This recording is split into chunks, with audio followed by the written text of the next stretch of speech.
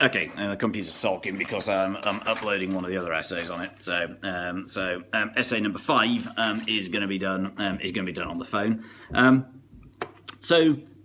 This is, so again, this is, both the essays in this section are on economic development. They don't have to be in the real thing.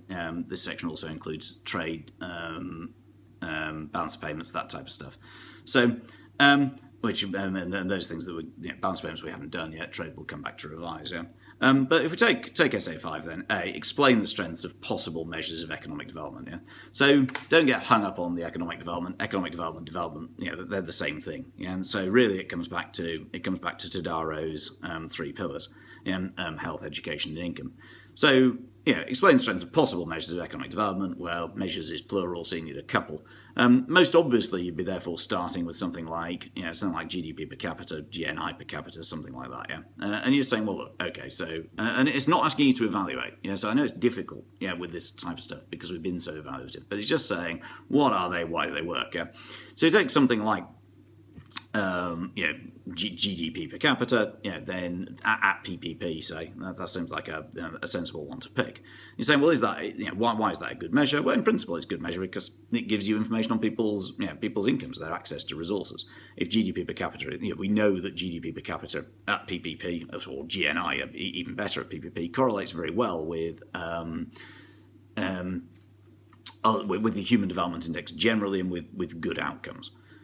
So what we're looking to say is that GNI, say, per capita at PPP is a good measure because it shows average access to resources. It's telling us that therefore citizens will be able to have access to food and housing, that the government should have a decent tax base, allowing it to provide infrastructure in the form of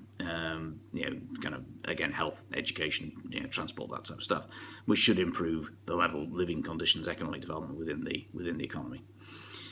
You then want to move on to a second one, and most obviously you're going to look at the Human Development Index. If you're going to look at that one, then I think it's important to show that you know what's in it. So if we look at the Human Development Index, then the HDI, as you know, it has 3 sub-indices. So there's health, which is based on life expectancy at birth. There's education, which is mean and expected years of schooling. If you do geography, I think they're still teaching the old Human Development Index. This is the one that you need to know. I don't think you need to know it in geography, so they just do it out of interest, whereas you do need to know this. And income, which is based on GNI per capita at PPP. And they're all on a scale of 0 to 1. And then what you do is you take your 3, take the 3 that you've got, and then you work out the geometric mean. So given that, what are its strengths? So you probably not worth talking about income because you already have. So you're saying on top of income, we're adding another 2 pillars of Tadaro's, measures of development. We're also adding health, which obviously is important for economic development because if you're dead, you're not going to have very good quality of life, or even if you're living for a long time. If health isn't good, then again, that's not great levels of development. Education obviously is important in terms of allowing the economy itself to progress, allowing people to have a higher quality of life in better jobs. So really, you're just saying, let's pick a couple of measures and say why they work. As far as Part B is concerned, to what extent does increasing levels of GDP in an LEDC guarantee increased living standards?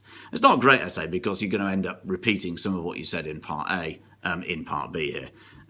But if that's what they said, that's what you got to do. It doesn't really matter. So what tends to go wrong with this one is everybody tends to focus on the idea that GDP, increasing GDP is rubbish. It doesn't guarantee increased living standards. Blah blah blah blah blah blah blah blah. So again, this is one where the in principle, in practice, is a good style to use. So in principle, higher GDP it does lead to higher living standards. Firstly, individuals have higher, hopefully, assuming that the increase in GDP is faster than the increase in population growth. GDP per capita should be increasing. If GDP per capita increases, then what that should also mean is that people have, again, as we said earlier, better access to particularly things like housing and food. Yeah, so better diet, better quality of housing stock, and so on. Secondly, it provides the government with a higher tax base. In class, we contrasted Tanzania with Spain. The average citizen in Spain has 5 times as much government spending on them as the average citizen in Tanzania. So obviously that's going to mean better health, better education, so on and so forth. And thirdly, it means more profits for firms. So therefore, they can invest, create new jobs in new areas, and so on and so forth. So therefore, it should lead to higher living standards in firms, higher wage rates, and so on. But as we know, this doesn't always go particularly well. And here your answers are quite strong. People talk about inequalities and picked up on economies where inequality was very high and where that created problems. Equatorial Guinea is a particular one, is a particular favourite, or Swaziland. Problems with corruption. So the idea is that rising GDP only works if the resources are well, are put into the right areas. The Azerbaijani bus station was a popular example here. But there's kind of loads. People focused on things like economic bads. The idea that rising GDP only measures the level of economic activity. It doesn't tell us whether that economic activity is good or not. And I think those were the sort of the 3 key areas that people tended to centre around. That there's no guarantee that rising GDP feeds through to the living standards of ordinary citizens. And a fourth point that people tend to make is it's GDP rather than GN. I wouldn't necessarily over-egg that pudding. It's not. The differences between GDP and GNP, they only in very exceptional circumstances are these really huge.